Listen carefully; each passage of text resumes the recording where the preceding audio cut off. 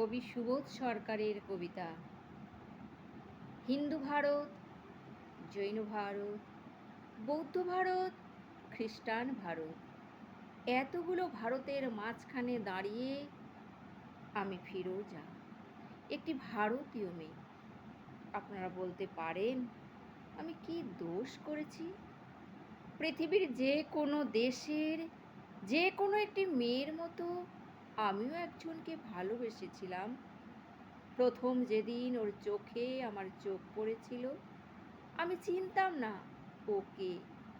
বিকেলবেলা কলেজ ক্যাম্পাসে যে আলো এসে পড়েছিল ওর চুলে, তার কোথাও লেখা ছিল না ওর ধর্ম।